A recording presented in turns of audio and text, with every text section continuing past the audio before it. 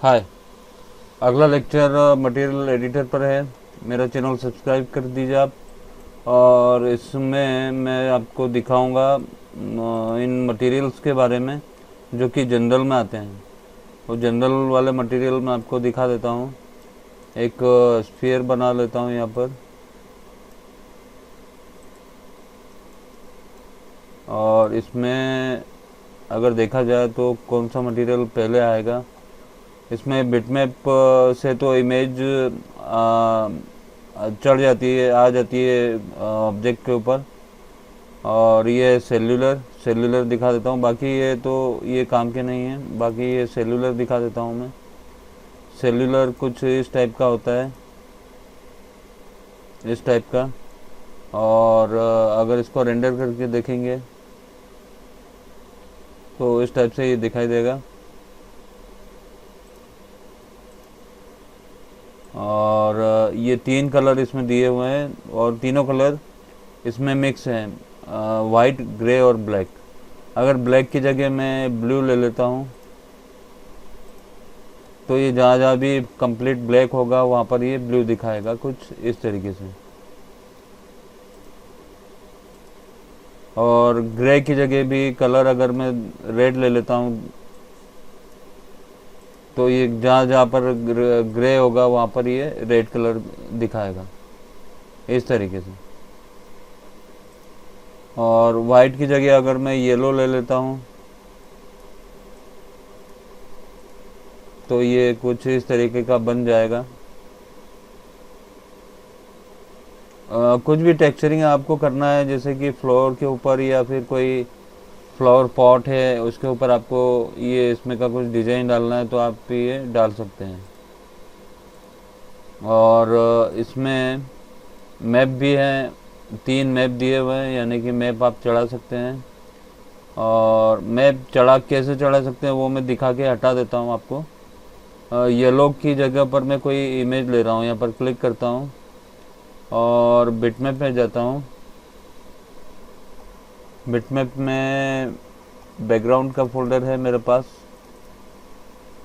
इसमें टेक्सचर में जाता हूँ और कोई इमेज, ये वाली इमेज ले लेता हूँ और अप्लाई कर देता हूँ इसके ऊपर। तो देखिए क्या इफ़ेक्ट आया है। जहाँ जहाँ पर वाइट था वहाँ पर वो वाली इमेज आ गई है और उसके ऊपर ये डिजाइनदार ये कलर्स आ गए हैं, रेड और ब्लू के। और जो वाइट कलर था उसकी जगह पे इमेज आ गई है। तो आप बहुत कुछ बना सकते हैं इससे। और मैं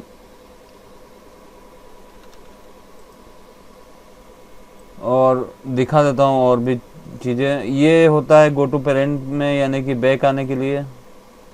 तो हम वापस से बैक आ गए। अगर इस का इस्तेमाल नहीं करना है, मैप का इस्तेमाल नहीं करना है, तो इस टिक को हटा दीजिए, मैप हट जाएगा। या फिर राइट क्लिक करके क्लियर कर दीजिए, मैप हट जाएगा। इसके बाद यहाँ पर दिया हुआ है साइज़। ये सर्कुलर है, ये चिप्स है। अगर चिप्स कर दूंगा तो ये कुछ इस तरीके से दिखाई देगा।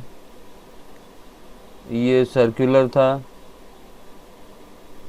पहले, अभी मैंने ये चिप्स कर दिया है तो ये कुछ ऐसा दिखाई दे रहा है। और फ्रैक्टल करने पर ये कुछ ऐसा दिखाई देगा। तो जो भी आपको रखना है, सर्कुलर रख लेता हूँ मैं, क्योंकि बाय डिफ़ॉल्ट सर्कुलर था। यहाँ से साइज चेंज कर सकते हैं डिज़ाइन की, इस तरीके से साइज बढ़ रही है। और स्प्रेड अगर करना है तो ये स्प्रेड भी हो जाएगा, कलर एक दूसरे में मिक्स हो जाएंगे। और फ्रैक्टल में इटरेशन है। ये इटरेशन की वैल्यू अगर मैं बढ़ा देता हूँ तो इसकी वैल्यू और भी बढ़ जाएगी। जैसे कि 3 है, अभी मैं 5 कर देता हूँ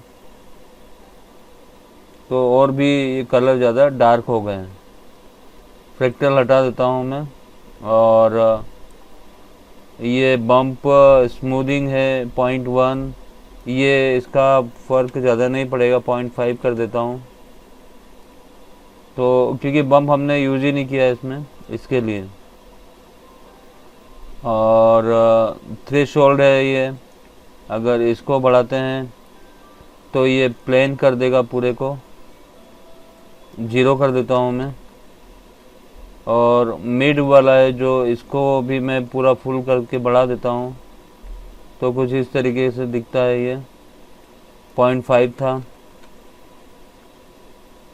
और ये हाई, इसको अगर मैं कम कर देता हूँ तो ये इस तरीके से जो सबसे ज़्यादा डार्क कलर है उसको मतलब अपीयर ज़्यादा करेगा। ये 1 था, 1 ही रहने देता हूँ। तो ये था सेल्यूलर। आप इसका इस्तेमाल डिजाइनदार चीज़ों में कर सकते हैं, और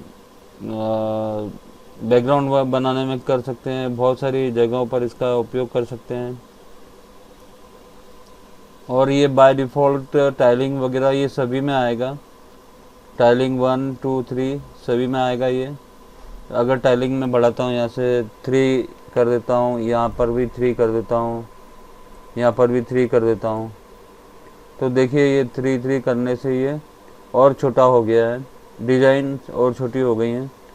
अगर मैं 1 रखता हूँ यहाँ पर भी 1 रखता हूँ, यहाँ पर भी 1 रखता हूँ, तो ये नॉर्मल हो जाता है। तो ये था सेल्यूलर, और ये लेक्चर मैं यहीं समाप्त करता हूँ। मेरे चैनल को सब्सक्राइब कर दीजिए। धन्यवाद।